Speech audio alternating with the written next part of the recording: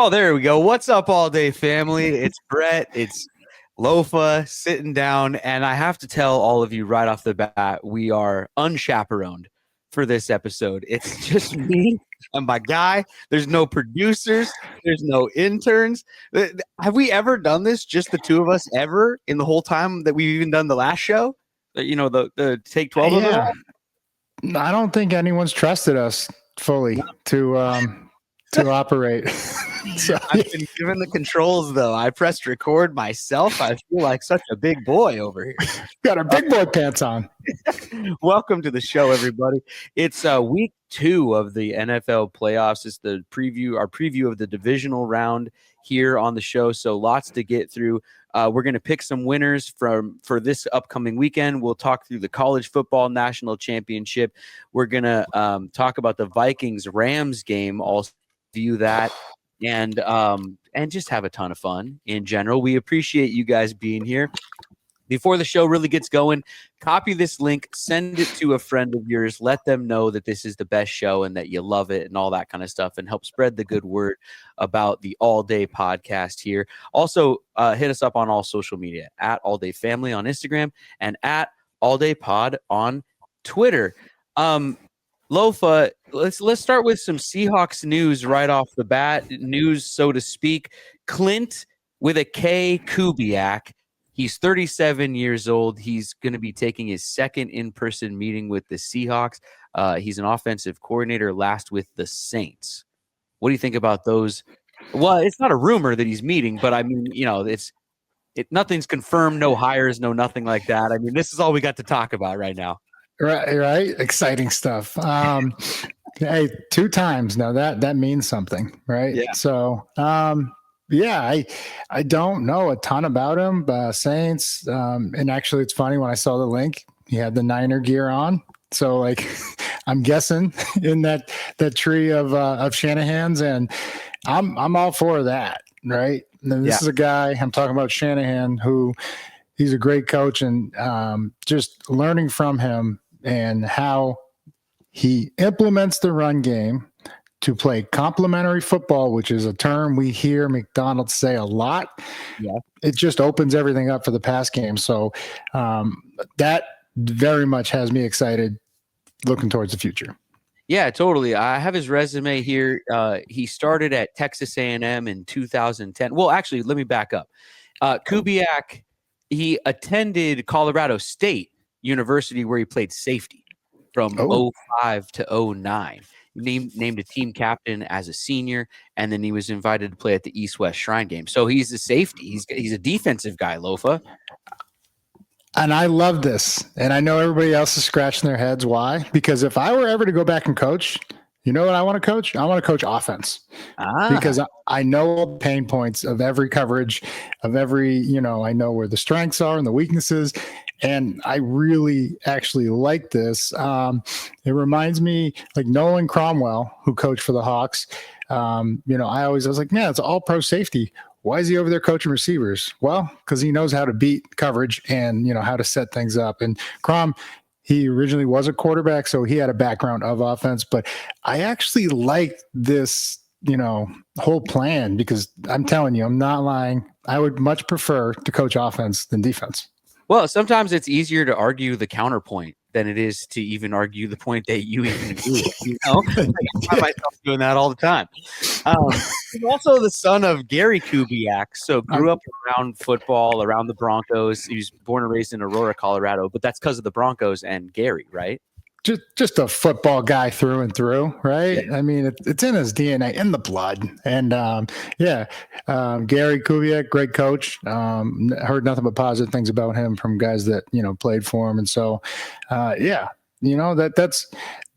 I think there's something there with coaches and having their father as a coach. Hey, how did you navigate this pain point? How did you do this? Because. The same thing with Mike Shanahan and Kyle Shanahan. I guarantee he asked them, and we talked about it, I think on the last show, Mike had so many undrafted free agents rushing for 1,000 yards. All right. It's now give credit to the guys that did the work. Right. But I played against that offense. There were times the guy was untouched for 7 yards. I think me and you could probably get 1,000 in that offense. In that sounds good, man. If he grew up watching that and that's what he wants to implement here, I'm down with it. He also had to grow up watching plenty of John Elway on the offensive side of the football there in Denver. So I mean, those influences I'm extremely interested in, and I'm with you. I like that he grew up playing defense. It's cool. As a coach, he started out at Texas A&M in 2010. He's worked for the Minnesota Vikings as an offensive quality control coach in 2013. Then he went back to college, it looks like Kansas. He was a wide receivers coach, then to the Broncos as an offensive assistant, back to the Vikings as quarterback coach, back to the Broncos after that as a passing game coordinator, then with the Niners as a passing game coordinator, and then 2024 to the present, the Saints offensive coordinator. So he's been around. He's been doing his homework. He's been all kinds of different places and cleaning all kinds of different things. So well traveled, but also everything I heard from you there, quarterback coach, receivers coach, quality control assistant, you can't help but, especially when you're in that assistant role, they'll kind of move you around to like do a ton of different things. So like from drawing up run cards, right? So he is well versed. And then the background of playing, as a safety, there's a lot of experience right there. And I could see why they're bringing it in for the second interview. Yeah, and 37 years old. So it sticks with that like sort of young youth movement. Yeah. Yeah, man. I mean, young, hungry, like mentally sharp with it. Not like us. Like us old guys. Wow. Youngry. Hey, man. Hey, speaking of your mental health, how about your mental wealth, Lofa? Yeah. Not just mental health, but mental wealth in 2025. Magic Mind. We've actually had Magic Mind as a sponsor a long, long time ago on Katie and I's old morning show. They're back here on All Day with us now. You took some of this stuff. I've taken some of this stuff. Do you want to kind of explain to the people at least sort of what it is? There it is. He's holding up the little bottle. Yeah. Trying to see the glare's getting it. There it is. Yeah. So I generally, when I take any kind of product, especially mental health, performance, that's what it is, energy shot, reduce stress, all the great things that you want. I don't take any coffee. Like I kind of shut down, no pre-workout, no coffee. I want to see what the effects are. And I've had 3 really pleasant days. Like, it's tough to describe because you're always trying to look for like that edge as a competitor, and then just now as a person. And the thing that stood out the most for me was the mood boost. Just feeling, I just can't explain it. Just happier, and the family's noticed it. So I'll say that much. Like the wife was even like, "You're in a good mood." I was like, "I am in a good mood." Oh yeah, man. It peps you up a little bit. I mean, it's all natural. It's, these new companies, they do everything right. They've got all the best ingredients and all the things that you really need in there. Different flavors. It's like a small little bottle. It's about like a shot to a shot and a half. Goes down quick, goes down easy. It's delicious, and it's a very clean ingredient list with vitamin B complex. The 3 grams of sugar, which is not a ton, it is all natural source from the agave plant. So I always look straight at the panel when I review any product, and that's what stood out to me. Very clean, all natural, ashwagandha, all the good stuff, L-theanine, and I love it. I'm not gonna lie. I take that shot in the morning, and then also they sent some stuff for the evening, the nighttime stuff, brand new for them. You drink it before you go to sleep, and it clears you up and clears you out overnight. It's really good stuff, and you do notice a difference, like you said, especially when it comes to mood. It's let me see here. Where's some? Well, the nighttime. I mean, sleep, right? Like, people underestimate, how important sleep is. If you find yourself dragging ass the next day, it's because you had horrible sleep. But you got the nighttime. Because I've taken it and I like it too. I like that one too. Yeah, a lot of it comes from mushrooms. These mushrooms are grown here in California, locally. Like I said, this is here. This I just had missed this part, but this is what I wanted to get in here. So obviously, the ingredients, they're all 100% safe and third-party tested, sourced from the best U.S. suppliers. But then also, these companies are so cool. They donate 5 cents for each bottle sold. To help with mental health charities, help U.S. homeless communities. I mean, and homeless, not just for your own health, but for the health of the community and the health of everybody around you. It's Magic Mind, everybody. Try the stuff that we're talking about. Go to magicmind.com/ and all caps, all day Jan, as in January. So all day Jan. That's at magicmind.com/ all day Jan to get a taste for yourself. Get 45% off the Magic Mind bundle with our link, magicmind.com/ all day Jan. And we'll be talking about it more. So we'll get more into that, and I'll give you more points as we keep going. More Seahawks news. Byron Murphy, ESPN named him to the rookie team for his rookie year. Oh, rookie team. Yeah. There's news. Yeah. Prestigious. Good for him. Right. Yeah. First round, you expect him to produce. I know he had that hamstring injury, and that really hurt us, in that stretch where we lost 3 or 4 games. Depth. That's what I said we've been lacking. And when we drafted him, I knew it was really going to solidify us up front in the trenches. And so can't wait to see the leap from year 1 to 2. But this is a great sign, for all us Hawk fans. Absolutely. We didn't get to talk about the Vikings and the Rams because they played on Monday, and we went live on Sunday. We're going to be going live again this weekend, everybody, 9 p.m., same all-day time, same all-day channel. So make sure you tell your friends and family. 9 p.m. this Sunday, we'll be going live talking about all the football from the weekend. But the Vikings-Rams game, I mean, people dunking on Sam Darnold out there, people saying I told you so, that the Vikings were pretenders. I don't think we thought they were pretenders around here, but a lot of people are having fun with them after that game. And frankly, I'm just pissed that the Rams are still going. Yeah, I hear you. I don't know where we start other than that we were right. I mean, we were saying go Vikes, but we did say the Rams are going to win this one. Yeah.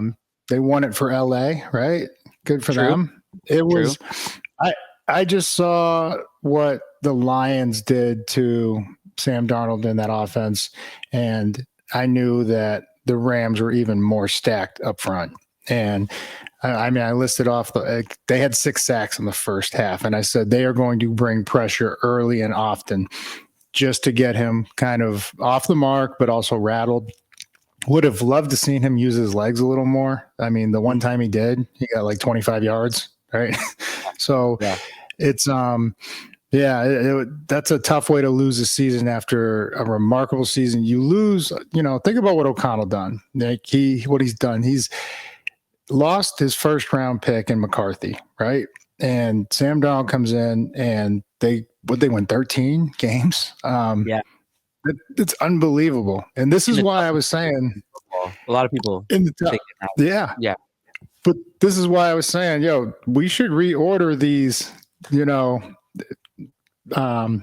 playoff spots so that the Vikings, you win 13 games, you deserve a home game, right? These guys had to go on the road. Well, technically even the Rams had to go on the road, which, so, but I really feel like that they have home field advantage, and they earned the right to at least get one of those. So divisions be damned, conferences be damned. Just throw it all out.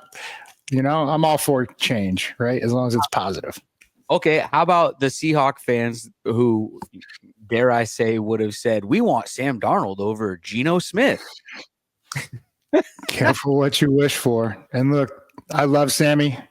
Appreciate everything he did for the Trojans. It's, it was confusing as to why they stuck with the pass, because the game wasn't out of hand until later. And, you got Aaron Jones, Cam Akers. I mean, and I think Aaron was averaging 4.5. Cam broke off a 25-yarder.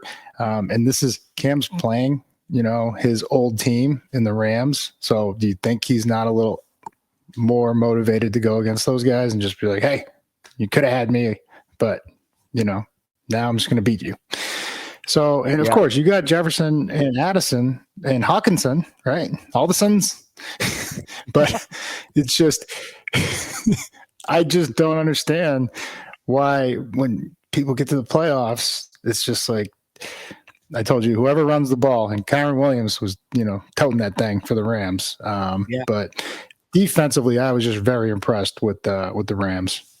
Well, I was impressed with the Rams, and I mean, here we go again. This is a Seahawks podcast, but I was impressed with the Rams in general. And we talked about their coaching staff going into that weekend because, we got questions for our coaching staff. And I just came out of that game even more impressed with Sean McVay and the staff that he's put together. And like I said, it's not just the football on the field, but like you can just tell the way all those guys are put together, that there's like a system that they're following, that there's a real like philosophy behind everything. And I rip on McVay all the time for the hair gel, and he's easy to kind of poke fun at, but you got to give respect to what they're doing. And I don't think anyone wants to play the Rams. Like they play the Eagles this weekend.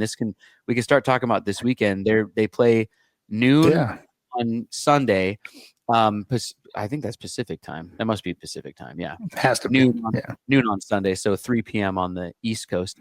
But they take on the Eagles here. And I think, especially with what's going on here in LA, like that can provide a lot of motivation for a team. We've seen that happen in other sports and other leagues and different things throughout the years in times of tragedy and in times when people need to come together. But they're also just playing really good football. So I think that's a good mix for them, in terms of like what they can do and how deep they can run. And I don't think you want to play them if you're any team in the NFC right now. Hell no, you don't. Experience, that there's a lot to be said for that. And these guys have playoff experience. They have a Super Bowl under their belt, a couple of guys that are left on there. And so it's just, they know how to play in the big moments. They know how to treat it just as a regular game, where some, less experienced teams, they get kind of bright eyed, like, oh God, like, it's like, nah, man, it's just football. Just get out there and execute like you always do. And so, you do not want to see this team, especially with the way they're running the ball and the way they play defense. Like this is the last December, right? The last quarter of the season is really where I saw them. They went on that little streak with like 6 out of 7 that they needed every bit of. And they've looked like one of the more complete teams. And that's scary when, they got that kind of experience on hand. You going to pick them against the Eagles? Yes. Wow. Yes, I am. Yeah. And sorry, Seahawks. I know. You literally just have to go stop Saquon Barkley. Easier said than done, but Hurts has not played awesome. AJ Brown's over there reading a book on the sidelines. Not even sure he's in the game. Yeah, what was that? Dude, I don't know. Anything can happen these days, right? In this world, and with I didn't know if it was like a marketing scheme. He was getting part of that, bucks for how many, because that book shot up to like the #1 seller on Amazon as soon as he read it. But I just want to know what specifically. I'm going to go look at the book. Obviously, I'm going to just go look it up and be like, I wonder what chapter he was on. I don't know. I'll look it up too while we're trying to talk, figure out what was going on there. I don't know, man. Like, other than Barkley, I don't know if I really believe in the Eagles that much. Like Stefanski, has had problems in the playoffs before, and I can't even believe I'm talking like this about the LA Rams. But I just believe in them. I believe in their coaching staff. Maybe I'm just getting soft with everything we're dealing with here in Southern California or something. I don't know, man. Hopefully someone can shake me out of this weird thing I'm feeling for the Rams.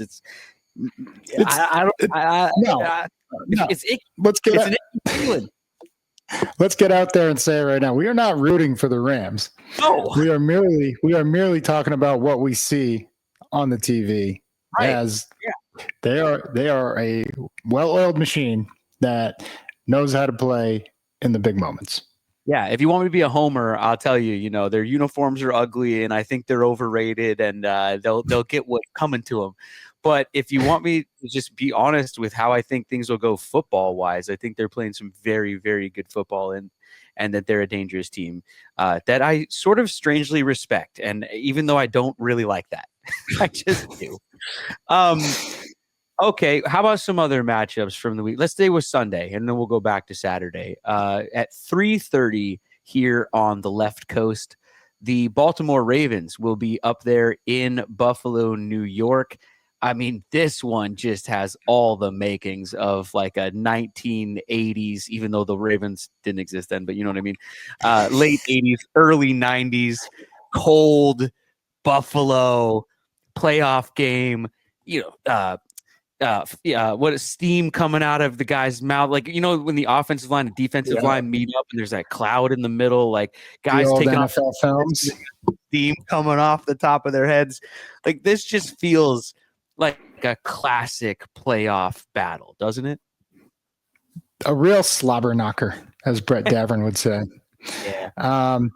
Yeah.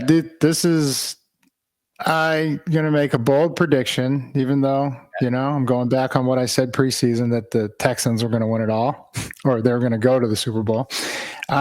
Whoever wins this game, they're winning the Super Bowl. I don't see any other teams beating these guys. Yeah, the Chiefs, I mean, if, they got the experience they're going for the third straight, I get it. But if Lamar and Derrick Henry continue to do what they're doing, you can't stop both. Right. And so, like, I feel bad for the Bills fans. Grew up a Bills fan because of Thurman Thomas, but they're going to have to lean on James Cook more than they did. I mean, he had 120 last week, and they should have gave him the ball more.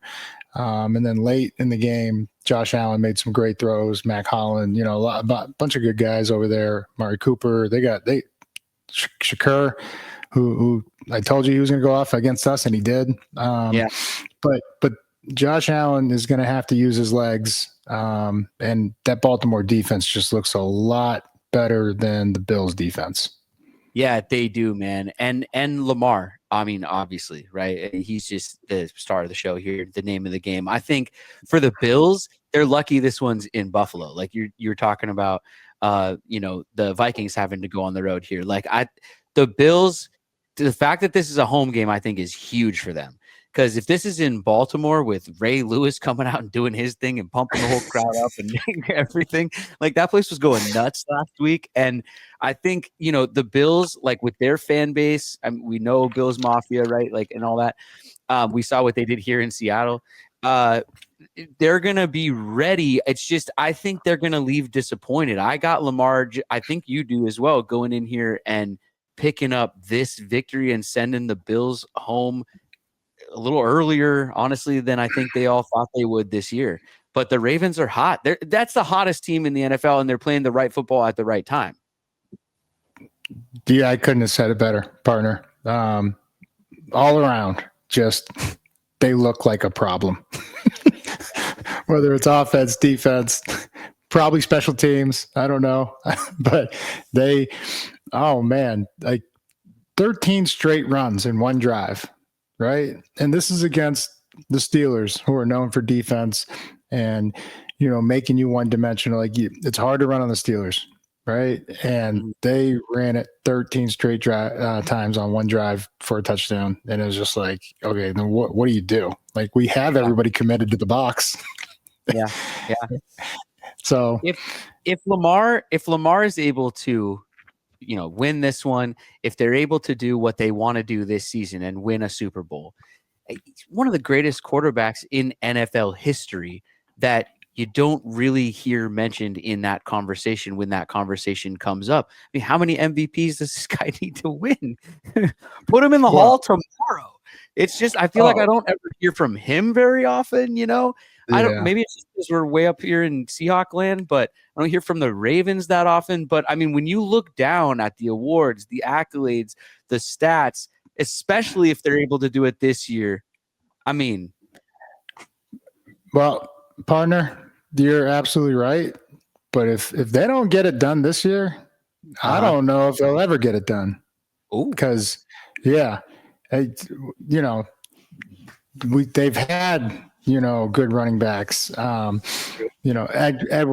Dobkins, even the little guy, my mind's spacing right now, that they have right now, who got injured, came back. But like, they've had weapons, and it's more like Lamar is doing what he needs to do, right? He's not sitting there overthinking, overcomplicating the game. Like, no, I'm going to stay in the pocket. Because when they played Kansas City at home last year, the one time they got easy yardage was they designed QB sweep, designed QB power, and he had like a 40-yard gain, and then he just slid to and I was like, okay, that was very easy.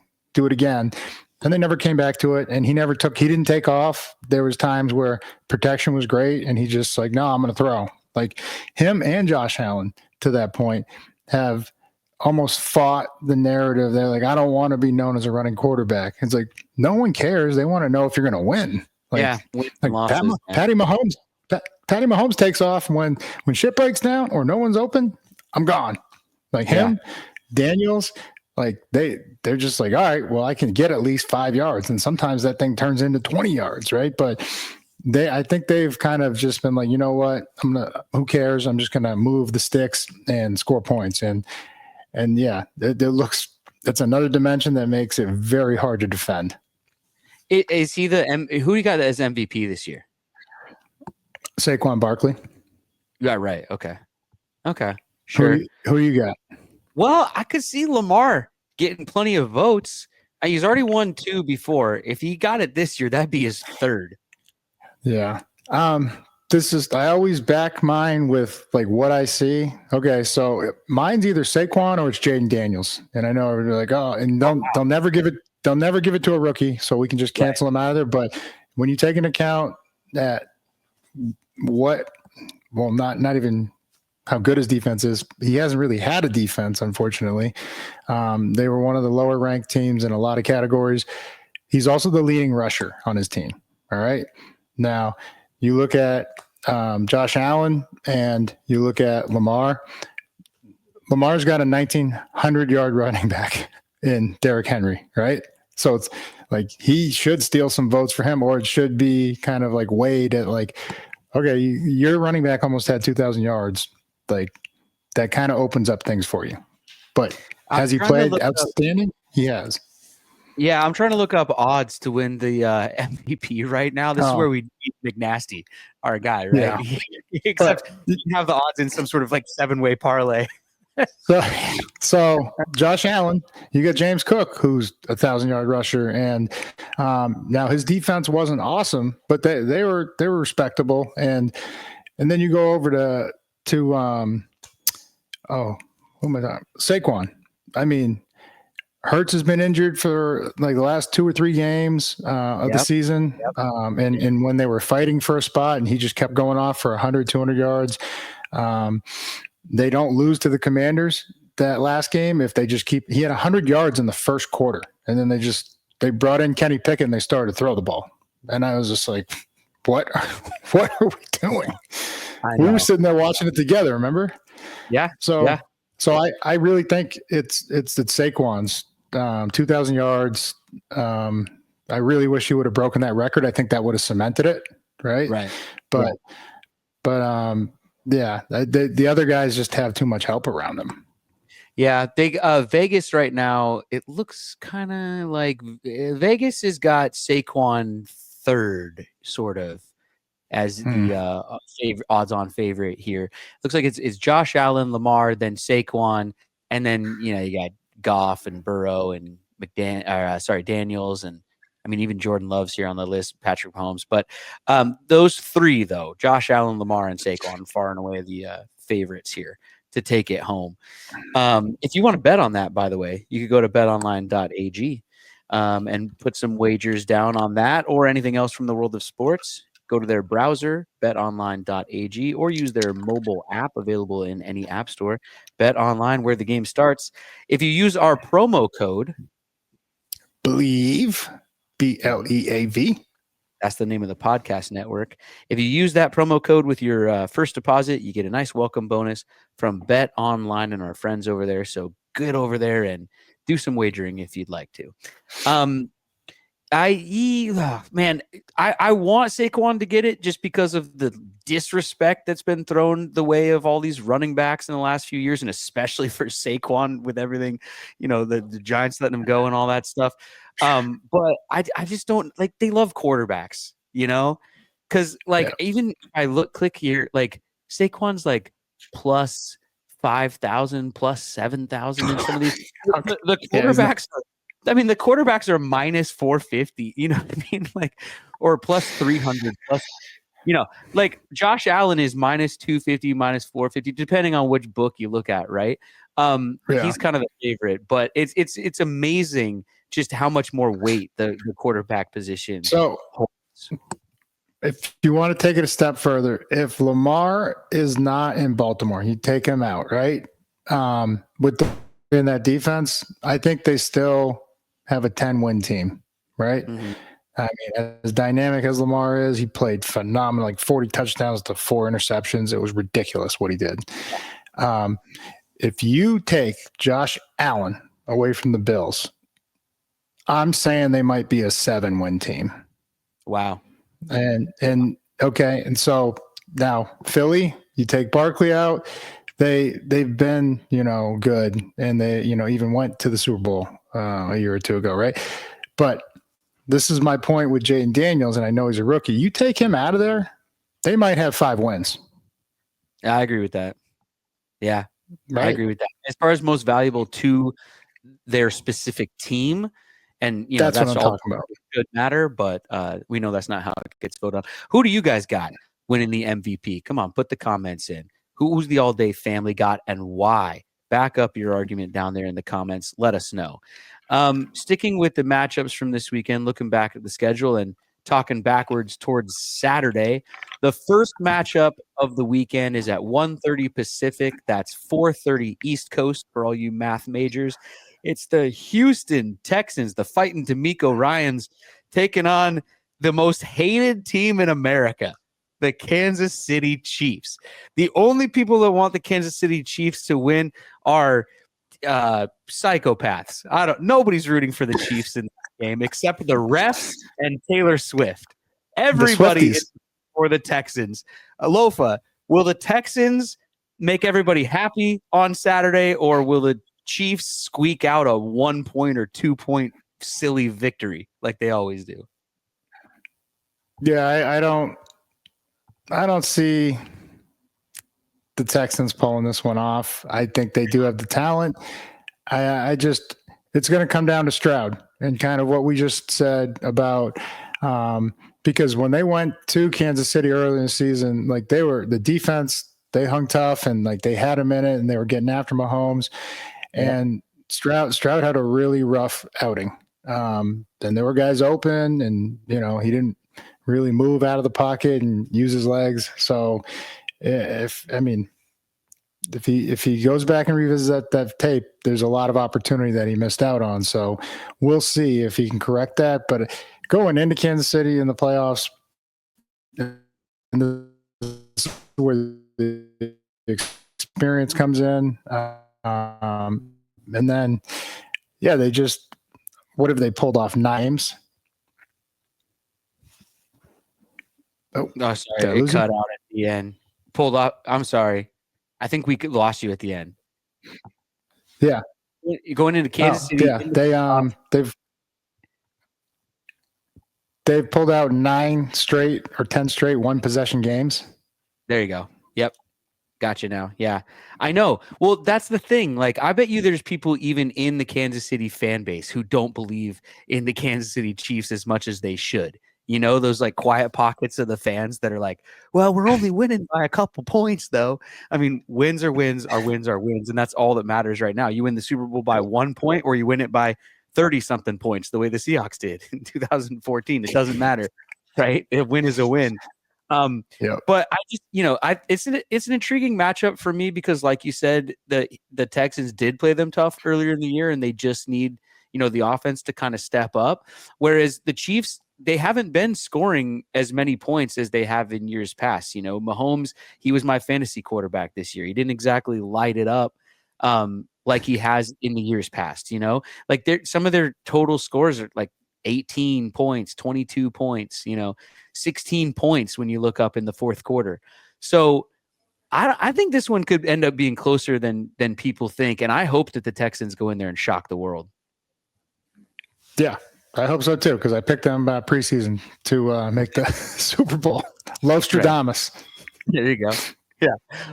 Also on Saturday, the Commies, they go into Detroit to take on the Lions. 5 p.m. Pacific, 8 p.m. Eastern on Saturday.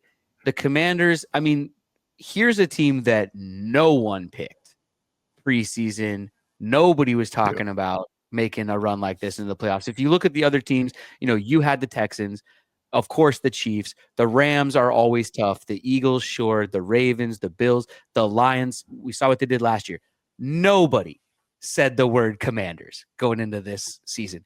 Can the Commanders ride this youth movement? Can they ride this wave? I mean, it's reminiscent of a young Seahawks team with a young Russell Wilson, back in the day. Bobby Wagner's over there on defense. I mean, it's eerily similar with Dan Quinn also, but can they do what those young Russ teams couldn't? Or at least first year Russ team. Partner, I actually feel like it's kind of the opposite in terms of. I mean, that was a beautiful setup, and I hate to bring my perspective into it, but the Hawks had the number one defense. They had Marshawn Lynch. They had all these things, and the only similarities I see is that they got Dan Quinn and Bobby Wagner. And you know what? I think that's enough to keep the ship steady as they continue to fight. Offense. Well, the similarity I see on offense, though, is Daniels making plays like that. He kind of, almost has like no business making, even though he's making them. But it's a little similar to Russ in a way where it's just like, oh my God, like this guy is the thing on offense that gets you to where you need to go. Their defense isn't what the Hawks had, but on offense, he's the name of the game. He's the star of the show. He is, and he's also the leading rusher.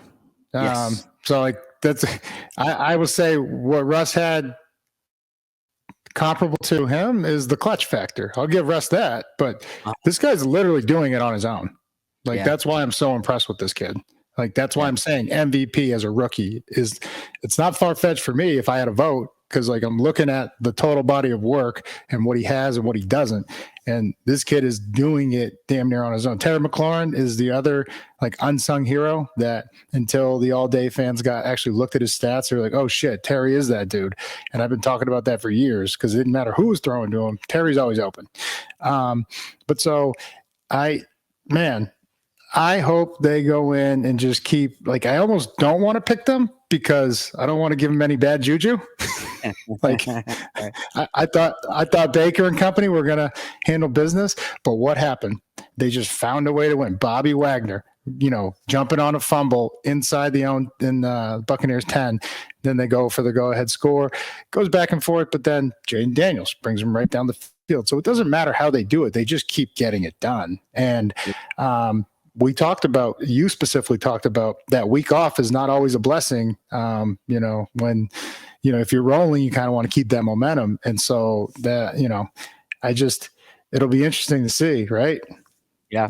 Who will be watching this game this game and also the Eagles game just intently and rooting for the Rams and the Lions is the Giants front office, the New York Giants, their front office. Can you imagine if Saquon wins and keeps going, and then if Daniels wins and keeps going, and that's the NFC East, first of all, your two NFC East rivals, but then also like guys who you went away from or didn't move up to draft. I mean, the famous video of his kid telling him to go out and get Daniels and he doesn't. And I mean, Neighbors is a hell of a player, but man, if you're the New York Giants and you're looking up at this playoff, table, woo. Yeah. What could have been, right, partner? Yikes. Oh, they don't want them moving on. No All right, way. well, who you got? Who you got? In that one, my heart is with the Commanders, but it's the Lions at home. And if Dan Campbell and the Lions drop this one to the Commanders, it's going to be a lot of upset people in Detroit. Nothing will happen. It's not like anyone will lose their job or anything, but I think it'll be opportunity lost for that team. I feel like, kind of like the Bills, or even the Ravens, I guess, Lamar, this is your year, you got to go get it. And the Lions, I mean, that window is wide open and it's right there for them. So they got to take care of business. I think they will, but I think Daniels, it's going to be a really entertaining game, and we're all going to come out of there just even bigger fans of him than when we went into the game. I'm going Commanders. Nice. Bold. I love it. Good. They're going to shock the world.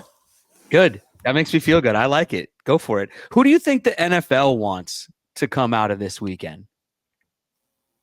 In this game? Yeah. Well, we could take that game. Out of all 8 teams, I start thinking about, like TV wise, ratings wise. I mean, not like the controller. I'm not talking scripted stuff, but just, No, we can go script. We can go script. If it was going to be a perfect script, the Chiefs would make it, and no one would care who makes it on the other side. The only other alternative plot twist or ending would be 2 of the most starved franchises of the last, 40, 50 years, Detroit and Buffalo, playing for it all. Yeah. That'd be kind of storybook, wouldn't it? That would be, and you know what? And I think either city wouldn't lose love, no love lost for the other. Hey, at least it'd be everybody would be buddy there at the Super Bowl, no fights or anything. Be hey, who would have thought we'd be here? Not us. Right. I think, if they could pick, I think they want the Lions there because of Campbell. He's such a story, and TV likes him, and he's a good interview and all that. I think, that they provide a lot there.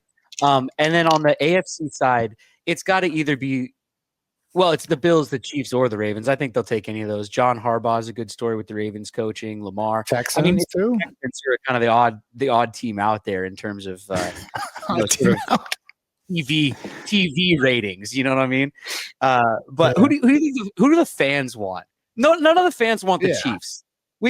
Nobody wants Kenny Powers and Taylor Swift and all that. We want Andy Reid. I think everybody likes Andy Reid. But as far as everybody else, I don't think any of the fans want the Chiefs. I'm always in favor of seeing history.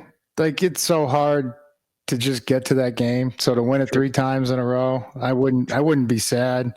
Then I could finally be okay, now I've had enough of them. Now go away. but yeah, dude, it just that's what makes it so special. It's you never know if you're going to get back, right? And I went my rookie year, and then and that's when I understood there are windows, and you got to take advantage of the opportunity. And so but yeah, it just seems like they will always have a window, kind of like the Patriots did, because of Mahomes and Brady. And I think everyone else falls in love with this idea that, I just got to find that quarterback. You know how hard it is to find that guy? We're talking generational, once in a generation. So if someone already found him, there's not another one out there.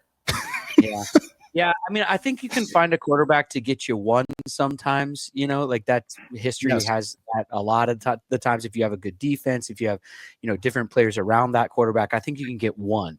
But to get multiple, that's a special person at that position. And, I can poke fun at Mahomes and his voice and his sort of mannerisms and sort of how annoying he is, but you can't take anything away from him on the football field. He gets it done at the end of the day. And Kelsey, I mean, Kelsey, and team of pros, but that's why it's easy to hate on them. You can hate on teams like that because they're good at what they do. They're always there. It's not like they care if anyone hates on them, but they're easy to hate on. You know what I mean?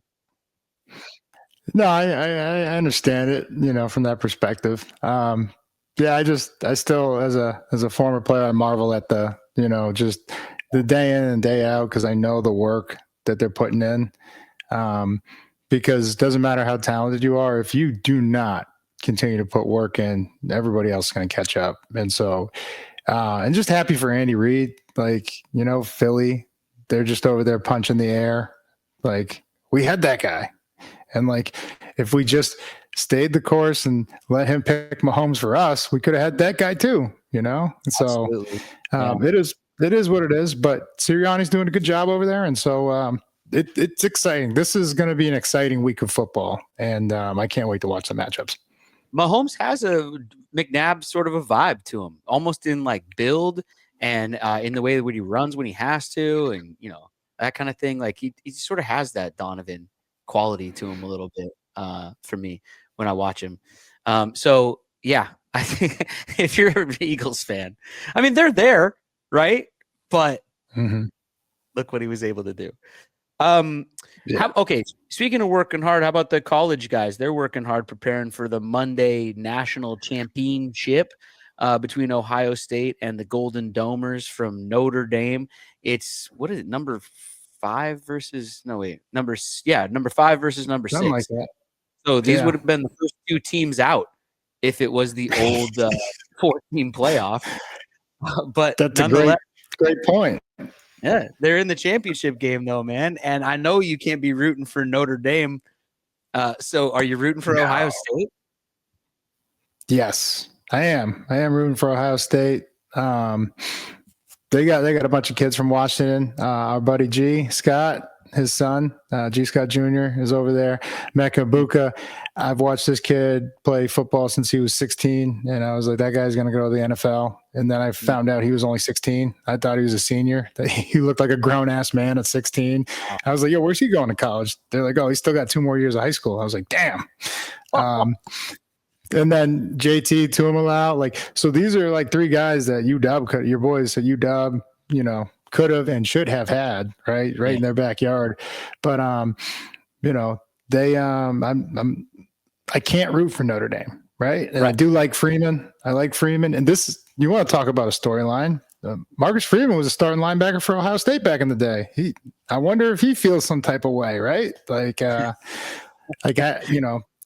be like me taking any team against SC in the championship game. I'd just be like, oh God, but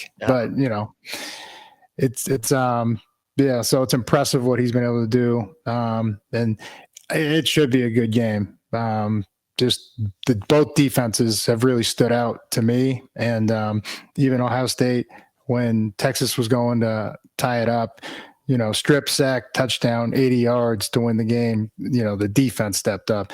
And over there at Notre Dame, I know Freeman prides himself on, what they've been doing with the turnovers, how they kind of just suffocated Georgia, and then, went and, handled business against Penn State. So with the timely interception too over there on defense. So just kind of putting it away with the defense, but they got weapons on offense, and it's going to be fun to watch. Yeah. I'm excited for that one. That's on Monday at, let's see here, 4:30 in the afternoon. So 7:30 on the East Coast. Man, these games start late over there. 8:00 start, 7:30 start. West Coast timing for sports is way better.